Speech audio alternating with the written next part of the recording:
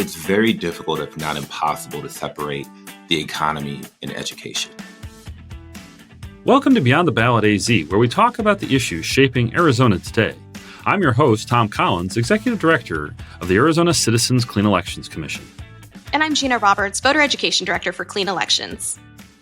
With the November 4th general election in just a few days, we wanted to talk about education. That's right. Everything from how voters influence schools and the current state of education today. We have that and more up next. But first, Tom, I wanted to share a quick story because it's not just at the ballot where you influence schools. It can be every day. So for example, my kids, they're on fall break. And that fall break, instead of being a week long like it used to in prior years, our district calendar now has it broken up into 2 days off this week, 2 days off the week prior.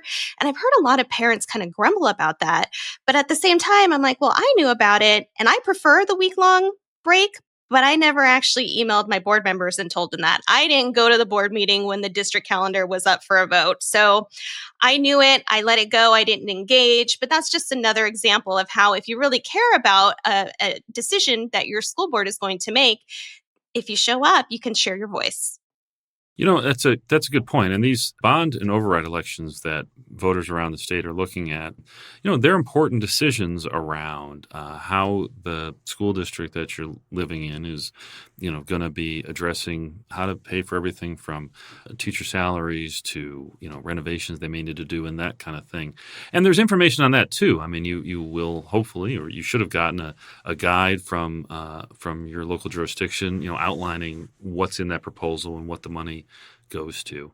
And on our website, azcleanelections.gov, you can find all that information too. And one of the things that we're trying to do in this episode and through the podcast and the other programs at Clean Elections is fill in that gap. Years ago, we had a different media ecosystem. And so, a newspaper would have reporters covering each and every school district meeting. So the issue you're talking about, Gina, with switching the calendar would have had a specific reporter for a newspaper that everybody read and that would have been out there. And that really doesn't exist anymore. So one of the services we're trying to provide here is to fill in those gaps, provide as easy access as we can to that information so that you can make a decision that's informed and, and you can be an active participant in our education system.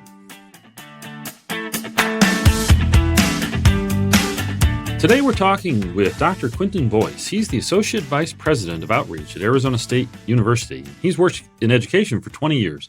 Before this position, he was the superintendent of the Roosevelt School District here in Phoenix. Dr. Boyce, thanks for joining the show. Absolutely. Thank you for having me.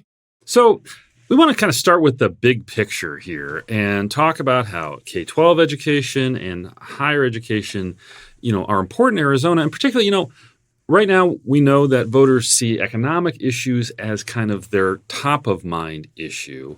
But how do our students and their future connect up with those issues that voters are thinking about day to day?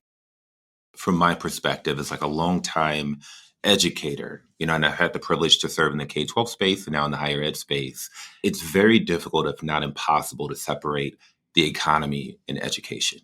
And so as you talk about, our Arizonans thinking about the economy and the impact of the impact of the changing economy, like you have to really consider education, in my opinion, first and foremost. Like it is an investment. So when I think about our children that are sitting in our schools right now, this is our future workforce.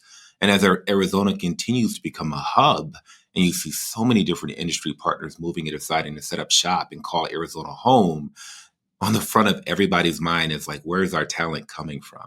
Which, if anything, has highlighted the importance of having a well-educated community to be able to civically engage, to be able to take advantage of really amazing workforce opportunities that are right on the forefront. And so whether you're thinking about the economy as a voter, I would really encourage people to also consider and think about how important education is in feeding our future and current economy. What we see coming up here in November with our November 4th election, depending on the county, which I believe we have 10 out of 15 counties that are going to have elections this November. And a lot of those counties will see items related to school district elections, such as bonds and overrides, maintenance. And we'll see a lot of items on there related to education. In particular, in Maricopa County, we have a lot of school districts that have items on the ballot. So how important is voter engagement in education at the local level here? How much influence does a voter really have when it comes to public education? Voters have extreme influence. And I always believe that strong schools equal strong communities. And so whether or not you have a school age child, like if you live in a community, there are going to be schools somewhere in your geographic footprint. And the stronger your school community is, that has a direct impact on everything from even like property value.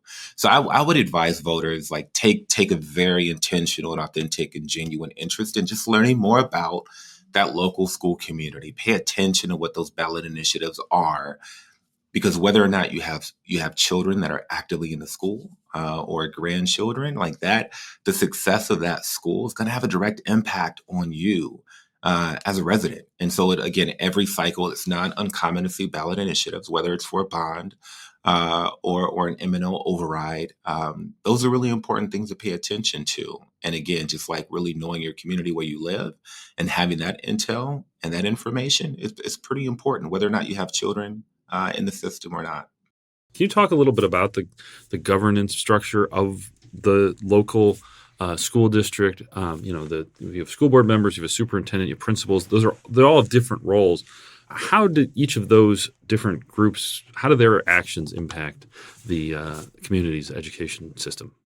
So the governing board is very much big picture, hiring the leader, setting policy, and being the fiduciary when it comes to the budget. And then the superintendent, at the end of the day, is like the day-to-day, like running the organization, helping to set vision, and supporting all of the people on ground who are doing day-to-day work. And typically, that superintendent would have a cabinet of other district leaders that have very definitive lanes like human resources and talent acquisition and teaching and learning and facilities, et cetera. Like they do those things. And then further down kind of the food chain, you have individuals that are closer to the front lines. And so when you think about a school community, you have a principal, and the principal is responsible for day-to-day operations of that school. And they get support at the district level up to the superintendent, and the superintendent gets support from the governing board.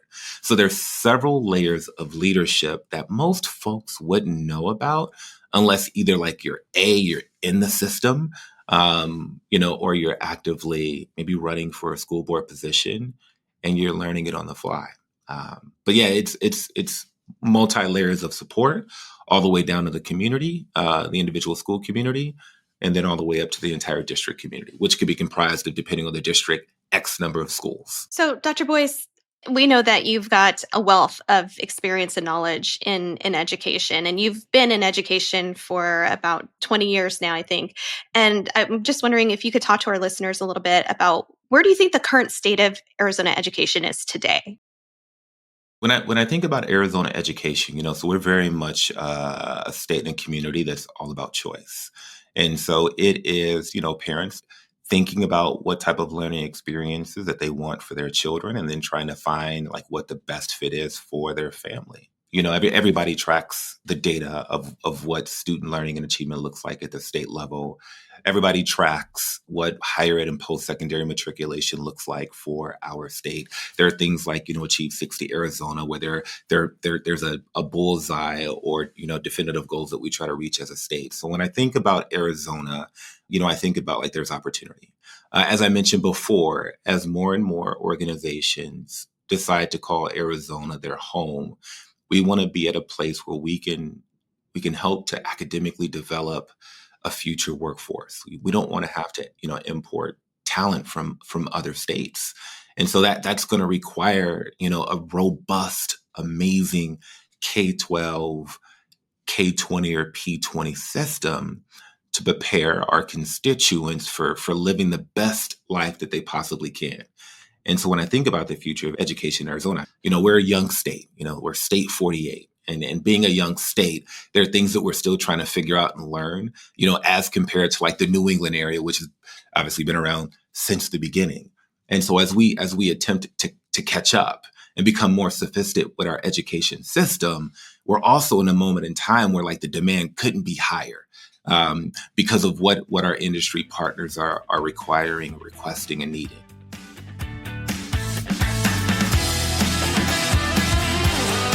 That's it for the show today. Click the link in the show notes to learn more about what's on the ballot this November 4th. Yep, we have that information broken down by county, so it's very easy to access. And remember, in-person early voting ends tomorrow, October 31st, but you can also vote on Election Day. Polls are open from 6 a.m. to 7 p.m. on November 4th. Don't forget your ID. Thanks for listening to Beyond the Ballot AZ. I'm Tom Collins. And I'm Gina Roberts.